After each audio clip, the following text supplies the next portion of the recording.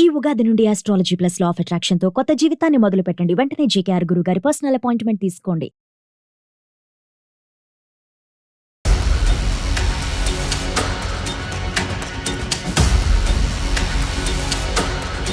పుట్టిన తర్వాత ఇంకా స్టార్ట్. ఇప్పటికి మ్యారేజ్ అయ్యి ఒక 3 years అవుతుంది మేడం. 2 years నుంచి ఇంకా ఇంతే నాకు టార్చర్. ఏం మాట్లాడారు, బాగా చూసుకోరా అనంటే బాగానే చూసుకుంటారు. స్టార్టింగ్ లో ఉన్న లవ్ అనేది ఇప్పుడు లేకపోతే నాకేమనిపిస్తుంది, డ్రింక్ చేసి వస్తుంటారు, పక్కన ఏదో స్మెల్ వస్తుంది అని అంటే కొంచెం ఫ్రెష్ అప్ అవ్వండి అంటే దానికి గొడవ చేస్తుంటారు. మా ఆయన దగ్గర దొరికిన ప్రేమ అతని దగ్గర ఉన్నదేమో అనే ఫీల్ నాకు వచ్చింది. ఏది కంటి చూపులోనే ఫీల్ వచ్చిందమ్మా? అతను జిమ్ చేస్తున్నాడు, నువ్వు వంట వండుతున్నావు, కలిసిపోయి నీ మనసులో ఇప్పుడు ఏంటమ్మా, ఇప్పుడు ఏం చెప్పాలనుకుంటున్నావు మాకు? నేను కూడా ఆడపిల్లలే కదా, నాకంత ఒక మనసు ఉంటుంది కదా, నాకు కొన్ని కోరికలు ఉంటాయి కదా. మీరు ఇంకొక వ్యక్తికి భార్య, ఒక బిడ్డకి తల్లి, ఆ విషయాలను కూడా దృష్టిలో ఉంచుకోండి. రేపొద్దున నీ బిడ్డకి ఏం సమాధానం చెప్తారు మీరు? అతను చూస్తూ నేను ఉండలేదు సార్ ఇక్కడ. అసలు బ్రతకాలనే ఆలోచన కూడా నాకు రావట్లేదు. నమస్తే డాక్టర్ గారు. నమస్తే జయ గారు. సో ఒక మెయిల్ తీసుకున్నానండి, ఖమ్మం నుంచి రమ్యశ్రీ. తన పర్సనల్ ఇష్యూని ఒకటి మనకి షేర్ చేసింది. సో నెంబర్ కూడా ఇచ్చింది. ఎక్కువసేపు నేను చెప్పకుండా డైరెక్ట్గా మీతోనే మాట్లాడిద్దామని. రమ్యశ్రీ, ఖమ్మం. వీళ్ళందరూ వాళ్ళ పేరుగానే ఉంచమని అంటున్నారా మేడం? కొంతమంది చెప్తున్నారండి చేంజ్ చేయమని, పేరు బయట పెట్టొద్దు అనేసి. కొంతమంది అయితే పర్వాలేదు అంటే ఫోన్లే కదా కళ్యాణ్ గారు. హలో, రమ్యశ్రీ అండి. నేను అందమైన జీవితం ప్రోగ్రామ్ నుంచి కాల్ చేస్తున్నాను. జయానండి. ఓకే మేడం, నమస్కారం మేడం. నమస్తే అండి. నాతో పాటు డాక్టర్ కళ్యాణ్ చక్రవర్తి గారు కూడా ఉన్నారు. ఒకసారి మీరు నాకు మెయిల్ చేశారు కదా, ఆ విషయాన్ని క్లియర్ గా చెప్పండి, డాక్టర్ గారు కూడా వింటారు. Okay madam, right. చెప్పండి రమ్య. ఎంత రమ్య, మీ ఏజ్ ఎంత, ఏం చదువుకున్నారు, ఏంటి సమస్య? నా ఏజ్ ఇప్పుడు 25 సార్. అమ్మా, నేను ఇంటర్ చేశాను. ఓకే. ఎగ్జామ్స్ రాయగానే పేరెంట్స్ మ్యారేజ్ చేసేసారు మేడం. ఓకే అండి. ఓకే. అంటే 17-18 కి పెళ్లి అయిపోయిందమ్మా? 17-18 కి 18 years స్టార్టింగ్ లోనే అదే మేజర్ అవగానే చేసేసారు. పెళ్లి బాగానే జరిగింది మేడం. నాకు అబ్బాయి నచ్చాడు. అంటే కొంచెం నాకు దూరం బంధువు. పెళ్లి చేసుకోమ్మా, ఇంకా స్టడీ ఆపేసేయాలంటే మంచి సంబంధం అంటే చేసుకున్నాను మేడం. ఓకే అని. ఓకే అమ్మా. ఓకే. 1 year వరకు బాగానే ఉన్నారు. అప్పటి వరకు బాగానే ఉన్నారు కానీ పాప పుట్టిన తర్వాతనే మేడం మా వారు కొంచెం ఆయన డిఫరెంట్ గా బిహేవ్ చేస్తున్నారు. అంటే ఎలాగండి? ఇంట్లో వస్తారు, ఏదో వచ్చానా, ఉన్నానా, పడుకున్నానా, తిన్నానా, పోయానా అన్నట్టే ఉంటారు మేడం. మాట్లాడరు. అసలు నన్ను, నా పాపను అసలు పట్టించుకోవచ్చు మేడం. స్టార్టింగ్ లో బాగానే ప్రేమగా చూసుకున్నారు మేడం, కానీ అసలు సరిగ్గా మాట్లాడరు. ఏదైనా మాట్లాడితే కోప్పడుతూ ఉంటారు. నాకు అసలు నేను రీజన్ లేకుండానే కోప్పడుతుంటాను. నాకు ఏం అర్థం కావట్లేదు మేడం. ఓకే. ఏం చేస్తుంటారండి రమ్య? ఒక కంపెనీలో జాబ్ చేస్తున్నారు మేడం. ఓకే. ఓకే. మీ ముగ్గురే ఉంటారు అంతేనా? ఒక పాప, నేను, మా వారు మేడం. ఓకే. అత్తయ్య మావయ్య వీళ్ళంతా ఎక్కడ ఉంటారు? వాళ్ళు వేరే చోట ఉంటారు మేడం. ఓకే. ఓకే. ఓకే. పాప ఉందంటే పాపతో ఇప్పుడు హ్యాపీగా ఉండాలి, నాతో ఉండాలి. మేము ముగ్గురమే కదా మేడం ఇంట్లో మాట్లాడుకోవడానికి. ఎవరి పనులు వాళ్ళు ఉన్నామనంటే అది నాకేం అర్థం కాకుండా మేడం. ఇలా కొన్ని రోజుల నుంచి పాప పుట్టిన తర్వాత ఇంకా స్టార్ట్. ఇప్పటికి మ్యారేజ్ అయ్యి ఒక 3 years అవుతుంది మేడం. 2 years నుంచి ఇంకా ఇంతే నాకు టార్చర్. ఏం మాట్లాడారు, బాగా చూసుకోరా అనంటే బాగానే చూసుకుంటారు. ఓన్లీ మాట్లాడకపోవటం ఒకటే సమస్య. మాట్లాడడం అసలు హస్బెండ్ అంటే ఎలా ఉండాలి మేడం? ఒక ప్రేమ, ఎఫెక్షన్ అనేది ఉండాలి కదా.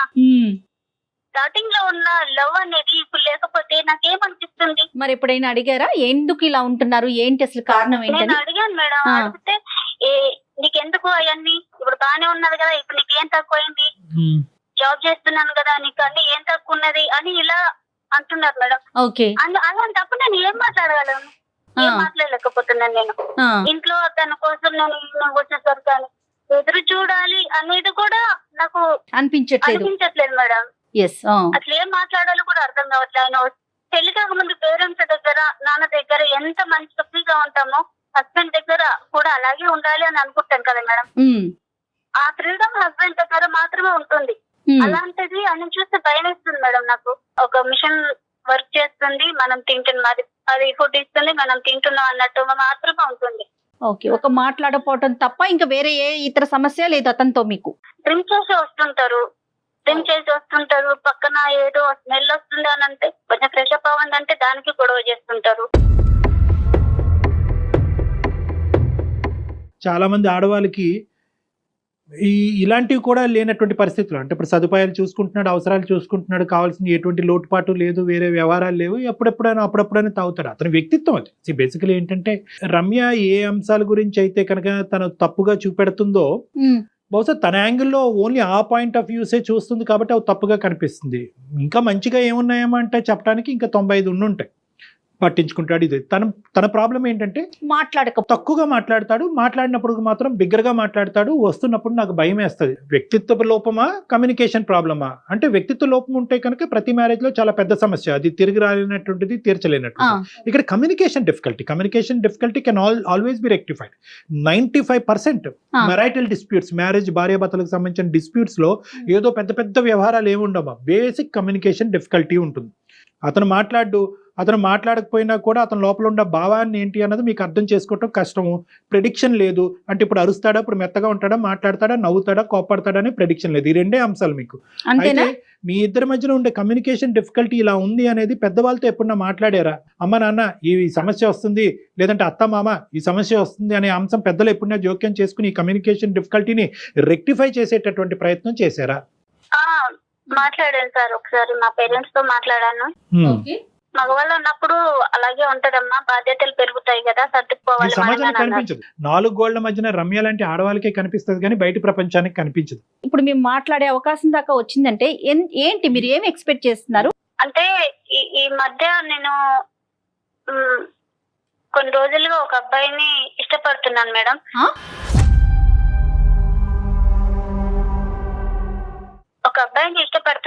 మా ఎదురుగా ఉంటారు. చాలా క్యాజువల్ గా చెప్పేస్తున్నారండి మీరు. అదే అప్పుడు ఇష్టపడుతున్నాననే దగ్గరికి వెళ్ళటం గురించే రమ్య గారు భర్త గారు బ్యాక్గ్రౌండ్ ఇచ్చారు. చెప్పండి రమ్య గారు. అయితే తను కూడా నన్ను ఇష్టపడుతున్నాను మేడం. కొన్ని రోజుల నుంచి మా ఎదురుగా జిమ్ చేస్తూ ఉంటారు. నేను అంత గమనించలేదు కానీ కొన్ని రోజుల తర్వాత నేను చూశాను, తను చూడ్డం నేను చూడ్డం అన్నట్టు. కాదమ్మా, జిమ్ ఎక్కడ చేస్తున్నాడు అతను? మీ ఇంటి ఎదురుకుంటే జిమ్ ఉందా, లేదంటే మీ మేడమే జిమ్ చేస్తున్నాడా, ఎదురు మేడమే జిమ్ చేస్తున్నాడా? ఎదురుగా వాళ్ళ ఇల్లు ఉంటుంది, పైన వాళ్ళు ఓన్ గా చేసుకున్నారేమో, అక్కడ చేస్తూ ఉంటారు. పెళ్లి కాని అబ్బాయి. నేను మార్నింగ్ పనులు చేసుకున్నప్పుడు కనిపిస్తూ ఉంటారు.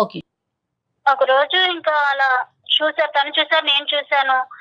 కొంచెం ఫస్ట్ టైం నేను ఏమనుకోలేదు కానీ నెక్స్ట్ టైం నుంచి నాకేదో మా ఆయన దగ్గర దొరికిన ప్రేమ అతని దగ్గర ఉన్నదేమో అనే ఫీల్ నాకు వచ్చింది. ఏది కంటి చూపులోనే ఫీల్ వచ్చిందమ్మా? అంటే స్మైల్. తర్వాత కొన్ని రోజులకి ఒక పేపర్ లో నెంబర్ రాసి మా ఇంటికి పడేశారు.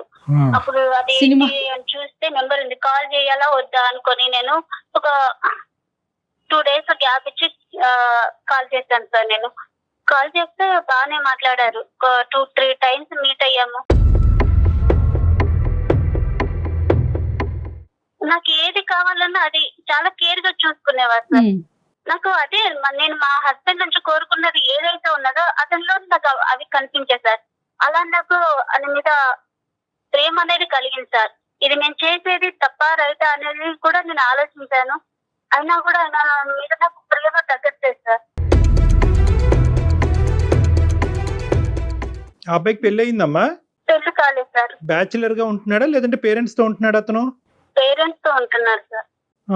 ఓకే. అతను నీ వైపు ఎక్కువ చూసేవాడా, నువ్వు అతని వైపు ఎక్కువ చూసేదానివా? తను ఇంత ముందు నన్ను చూసినట్టున్నారు, నేను ఒకరోజు చూస్తే నన్ను గమనిస్తూ ఉన్నారు. సరేలే అని నేను 2-3 రోజులు అలాగా చూడనట్టు చూసి అలా చూస్తే నన్నే గమనిస్తున్నారని నాకు అర్థమైంది సార్. వాడికి బుర్రలేదు, నీకు బుర్రలేదు. నీకు పెళ్ళైనటువంటి ఆడపిల్లవి, నీకు ఒక పాప బాబు ఉన్నాడు. ఓకే, నువ్వు ఆ అబ్బాయి పెళ్లి కాలేదు అనే అంశం నీకు తెలుసు. ఆ అబ్బాయి జిమ్ చేస్తున్నాడు అండ్ ఓకే, నీకు ఒక బాధ్యత ఉంది. నీ భర్తతో 2-3 సమస్యలు ఉన్నాయి. అవేమి పెద్ద అంత తలకి మించిన భయంకరమైనటువంటి సమస్యలు ఏమీ కాదు. కమ్యూనికేషన్ ఇంప్రూవ్ చేసుకోవటం అనే సబ్జెక్టే. కానీ ఎవరు ఆలోచించలేదమ్మా, నాకు కావలసినవి అతని దగ్గర దొరికేసినాయి అనేటటువంటి కంక్లూజన్కి ఎలా వచ్చేసావు? ఒక కనుచూపులోనే ఎలా వచ్చేసావు? కనుచూపులోనే కాదు సార్, ఒక 2-3 టైమ్స్ అలా చూసి ఫోన్ లో మాట్లాడిన తర్వాత నాకు అనిపించింది సార్, ఆయన చూపించే ప్రేమ, ఆయన తీసుకున్న కేరింగ్ లో నాకు ఇంట్రెస్ట్ అనిపించింది సార్. నా మనసుకి ఏది కావాలో, నేనేం కోరుకున్నానో నాకు అది అతనిలో కనిపించింది. అతను కూడా నేను అంటే చాలా చూసిన ప్రతిదీ కోరుకోవటం, దాని వైపుకి మనసు వెళ్ళిందంటాం. ఏంటండి మీరు? కాదమ్మా, నీకు కనిపించిని భర్తను మర్చిపోయావు, కూతుర్ని మర్చిపోయావు, అతను ప్రపంచాన్నే మర్చిపోయాడు. ఓకే, అతను జిమ్ చేస్తున్నాడు, నువ్వు వంట వండుతున్నావు, కలిసిపోయి మనసులు. ఇప్పుడు ఏంటమ్మా, ఇప్పుడు ఏం చెప్పాలనుకుంటున్నావు మాకు? ఇప్పుడు అతనికి పెళ్లి ప్రపోజల్ వచ్చింది సార్, పేరెంట్స్ పెళ్లి చూపులు తీసుకొచ్చారు. మంచిది. ఆ విషయము అంటే ఆల్రెడీ ఇంతకు ముందు పెళ్లి సంబంధాలు వస్తే నా కోసం 1 year అలా ఆపేశారు, పోస్ట్ పోన్ చేస్తూ వచ్చారు సార్. కానీ ఏంటో మళ్ళీ ఈసారి మళ్ళీ పెళ్లి అని ఇంకా పేరెంట్స్ వాళ్ళు ఎక్కువ ఫోర్స్ చేయడం వల్ల మాకు పెళ్లి అవుతుంది, పెళ్లి చూపులు చూస్తున్నారు అని తను నాకు చెప్పేసరికి నాకు ఏం చేయాలో అర్థం కాలేదు సార్. ఒకసారి నాకు పెళ్లి అవుతుంది, నేను మర్చిపోలేకపోతున్నాను, నన్ను ఏం చేయమంటావని చిన్నపిల్లవాడు ఏడ్చినట్టు ఏడ్చేసారు. తను ఏడ్చేసరికి ఇంకా నాకు కూడా ఈ పనులన్నీ చిన్నపిల్లల పనులేనండి, పెద్దోళ్ళుగా మెచ్యూరిటీ వచ్చిన వాళ్ళు చేసే పనులు కాదు రమ్య. సారీ రమ్య, నువ్వు ఏడుస్తూ చెప్తున్నావు, నువ్వు తప్పుగా అనుకోవద్దు, మేము ఇక్కడ నవ్వుకుంటున్నాం.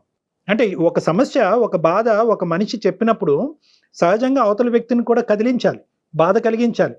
ఈరోజు మీ అమ్మాయి గురించి బ్యాక్గ్రౌండ్లో ఆలోచించుకుని బాధపడుతున్నావు, నీ భర్త గురించి ఆలోచించుకుని మీ అమ్మాయి ఇదేంట్రా, ఇంట్లో భార్యని ఎంతో నమ్మకంగా ఉదయాన్నే ఆఫీస్కి వెళ్ళేటటువంటి భర్త సాయంత్రం భార్య వచ్చేటప్పటికి జిమ్ చేసేటటువంటి పక్కింటి మగాడిని చూస్తున్నది అనే అంశం నీ భర్తకు తెలిస్తే కనుక అతని గుండెలు విరిగిపోయి ఏమైపోతాడో అనే ఆలోచనతో బాధపడుతున్నావు. ఒక పక్క నుంచి నీ యొక్క ఆలోచన, నీ యొక్క ప్రవర్తన చూస్తుంటే నవ్వుకుంటున్నావు.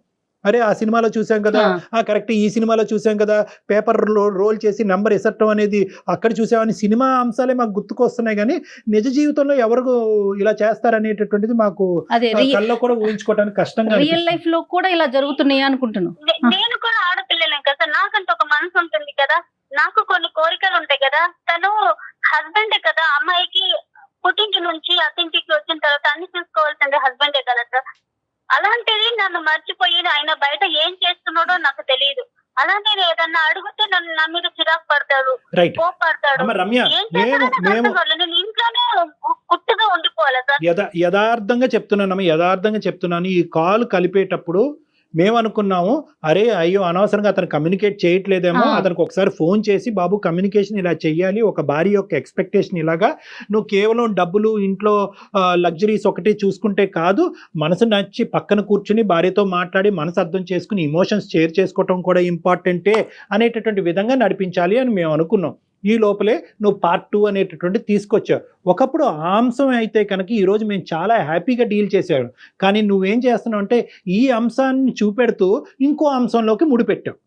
ఆటోమేటిక్గా అక్కడ ఏమైంది, ఇప్పుడు నీ బాధని ఎలా వే చేయాలి అన్నది మాకు అర్థం కావట్లేదు. అరే అవును ఈ అమ్మాయి చాలా ఇబ్బంది పడింది, కరెక్టే అని అనుకోవాలా, లేదంటే పక్కింట్లో సుఖాన్ని చూస్తూ భర్తని చేదుగా అనిపిస్తున్నాడు అన్నది చూడాలా?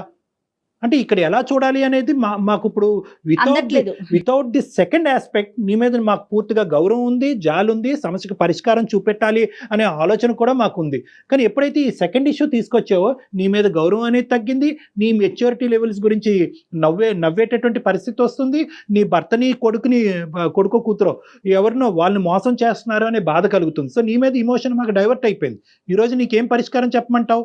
ఆ అబ్బాయి యొక్క పెళ్లి బలవంతంగా ఇప్పటి వరకు పెళ్లిళ్ళు వస్తుంటే, సంబంధాలు వస్తుంటే పక్కకు తోసేసి ఏదో పెద్ద దేశాన్ని ఉద్ధరించేటటువంటి గొప్ప వ్యక్తిలాగా నువ్వు చెప్తున్నావు. ఆ అబ్బాయి పెళ్లి సంబంధం అప్పుడు వచ్చి ఉంటే కనుక ఈరోజు మాకు కూడా ఈ దరిద్రం వినవలసినటువంటి బాధ తప్పు ఉండేది.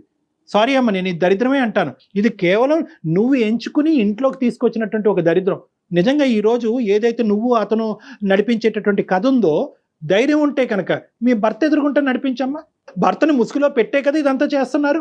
ఆయన చేసే బిహేవియర్ బట్టి నాకు అన్న నుంచి నాకు ఏం అందట్లేదు సార్, ప్రేమ అందట్లేదు. కాదమ్మా, ప్రేమ అందట్లేదు, నీతో మాట్లాడట్లేదని నువ్వు పక్క చూపులు చూస్తావా?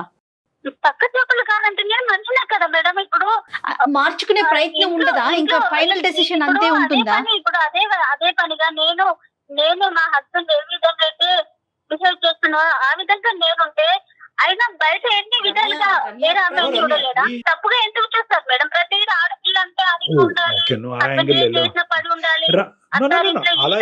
ఆడపిల్ల కరెక్ట్ కదా? ఎవరు కూడా మాట్లాడట్లేదు, ఉండట్లేదు కూడా. ఇప్పుడు నువ్వు అర్థం చేసుకోవాల్సింది ఏంటంటే నీ సమస్య కాదు అని అనట్లేదు. నీ భర్తతో ఉన్న నీ కమ్యూనికేషన్ డిఫికల్టీ లేదు అనేటటువంటి అంశాన్ని మాట్లాడే హక్కు మాకు లేదు. ఖచ్చితంగా అది సమస్యే. కానీ ఆ సమస్యకి నువ్వు ఎంచుకునేటటువంటి పరిష్కారం ఏదైతే ఉందో అది తప్పు, అది నేరం. ఎంత కష్టపడైనా, ఎంతమందిని పోగు చేసైనా, ఎన్ని పంచాయతీలు పెట్టైనా, ఎన్ని కౌన్సిలర్స్ని ఉపయోగించినైనా ఈరోజు నీ భర్తను బాగు చేద్దాం, మీ ఇద్దరు కమ్యూనికేషన్ ఇంప్రూవ్ చేద్దాం, మీ ఇద్దరు హ్యాపీగా ప్రయాణం, అది ఈ సమస్యకి పరిష్కారం. అంతేగాని చెప్పినా వినట్లేదు సార్, నేను ఏం చేయాలి సార్? నాకు అర్థం కాకనే మీకు మెసేజ్. రమ్య ఒక్క నిమిషం ఉండండి, ఒక్క నిమిషం. సమస్య లేకుండా, ఒక ఇష్యూ అంటూ లేకుండా ఎంతమంది ఉన్నారండి? అది ఇంపాసిబుల్ అమ్మా. అది అమ్మాయికి కూడా తెలుసు. రైట్, నా భార్య ఇలా వెళ్ళిపోయిందని చెప్పి నీ కొడుకుని అలా ఒక మూలన వేసేసి నీ భర్త కూడా పక్కింటి ఎక్సర్సైజ్ చేసి ఇంకో లేడీతో వెళ్ళిపోతే ఓకేనమ్మా నీకు?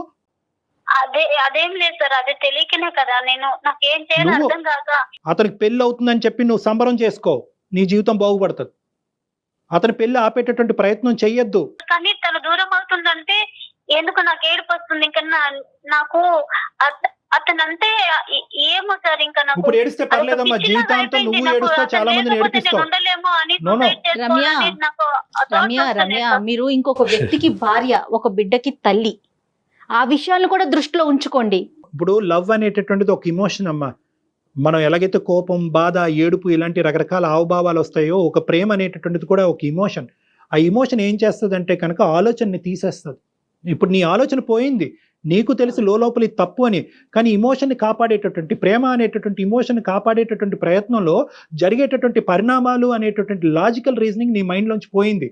ఇప్పుడు ఈ కాల్ ద్వారా ఆ లాజిక్, ఆ రీజన్ నీ జీవితంలో మేము నింపితే కనుక బహుశా ఓ 10 రోజులు ఏడుస్తావు, లేదా నెల రోజులు ఏడుస్తావు, జీవితాంతం ఏడవు, నలుగురిని ఏడిపించావు. ఈరోజు నువ్వు చేసేటటువంటి తప్పు వల్ల అరే నేను ఇప్పుడు ఏడుస్తున్నాను, ఈ బాధను తీర్చేసుకోవాలి, అరే వాడు ఏడుస్తున్నాడు, వాడి ఏడుపుని తీర్చేయాలని చెప్పి నువ్వేం చేస్తావంటే ఒక తప్పుదోలో వెళ్తున్నావు. తర్వాత ఏమవుతుంది, నీ కొడుకు ఏడుస్తాడు, నీ భర్త ఏడుస్తుంది, సమాజం ముందు తలదించుకుని మీ తల్లిదండ్రులు ఏడుస్తారు, అక్కడ పెళ్లి చేసుకున్నటువంటి ఆడపిల్ల ఏడుస్తుంది, వాళ్ళ ఫ్యామిలీ ఏడుస్తారు, ఇంతమందిని ఏడిపిస్తారు. ఎందుకు? కేవలం మీ ఇద్దరు కళ్ళనీళ్ళు తొడవటం గురించి ఇంతమంది ఏడవాలా?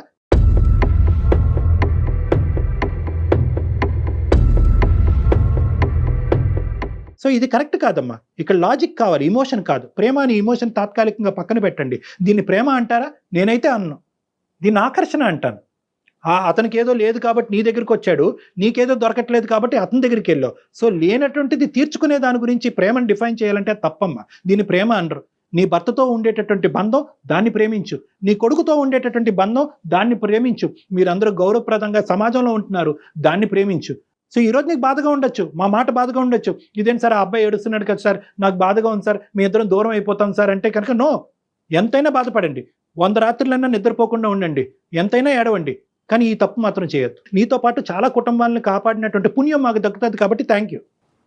అతను చూస్తూ నేను ఉండలేదు సార్ ఇక్కడ. అసలు బ్రతకాలనే ఆలోచన కూడా నాకు రావట్లేదు సార్. తను ఎక్కడ దూరం అయిపోతాడో, నాకు ఎవరు ప్రేమ పంచుతారు, నాకు ఇంత కేరింగ్ ఎవరు చూసుకుంటారు అనేది కూడా నాకు అసలు అర్థం కాకుండా ఉంది సార్. ఇంకా కూడా చాలా సీక్రెట్ గా నడిపిస్తున్నటువంటి కథ రమ్య, చాలా సీక్రెట్ గా కనిపిస్తున్న కథ కాబట్టి ఈ ప్రేమను మీరు ఆనందిస్తున్నారు, అతను ఆనందిస్తున్నారు. This is a secret love. ఇది ఒక బ్యాడ్ లవ్, ఒక సీక్రెట్ లవ్. ఇది ఎప్పుడైతే బట్టబయలు అవుతుందో, ఎప్పుడైతే సమాజానికి తెలుస్తుందో, ఎప్పుడైతే అబ్బాయి తల్లిదండ్రులకి నీ భర్తకి తెలుస్తుందో, అప్పుడు అసలు సిసలైనటువంటిది ఉంటుంది. ఇద్దరు రోడ్డు మీద పడతారు. రేపొద్దున నీ బిడ్డకి ఏం సమాధానం చెప్తారు మీరు? నాకు రావట్లేదు, నా భర్త నుంచి ప్రేమ రావట్లేదు, నాకు దొరకట్లేదు, నేను ఆనందపడట్లేదు, ఆ పక్కింటి ఆంటీ ఇలా ఉంది, ఈ పక్కింటి వీళ్ళు ఇలా ఉన్నారు, వాళ్ళందరినీ ఊహించుకుని ఏంటంటే ఒక డిప్రెషన్లోకి వెళ్తారు. సడన్గా ఈ డిప్రెషన్ అనేటటువంటి బాధ ఎవరికి ఆనందంగా ఉండదు. ఇందులోంచి బయటపడాలి, వెంటనే బయటకు రావాలి. బయటకు రావాలంటే భర్తకు చెప్పుకుంటే భర్త మాట వెండు.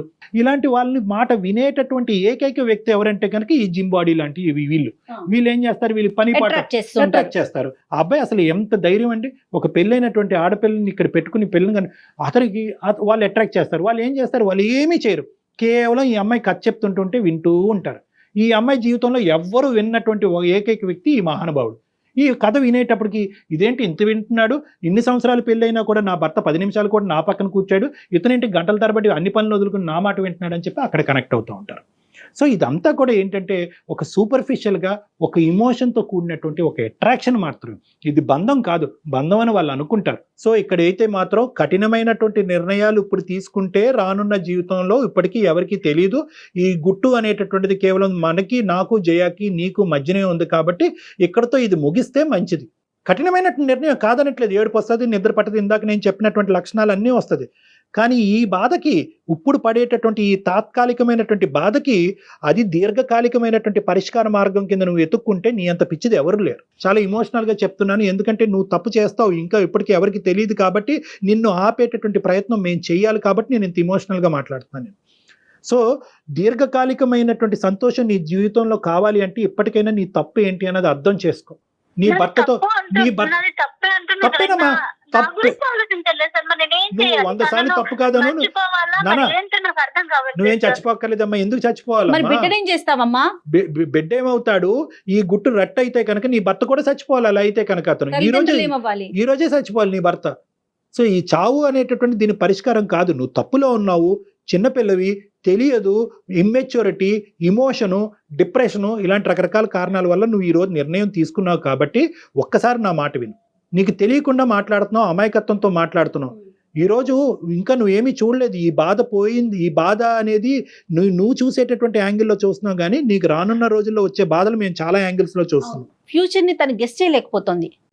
ఈ పనికిరాని కథని ఇప్పుడు దాకా మాకు ఏదైతే చెప్పావో ఈ పనికిరాని కథని ఇక్కడతో వదిలేసి ఇక్కడ కంచికి తీసుకురా.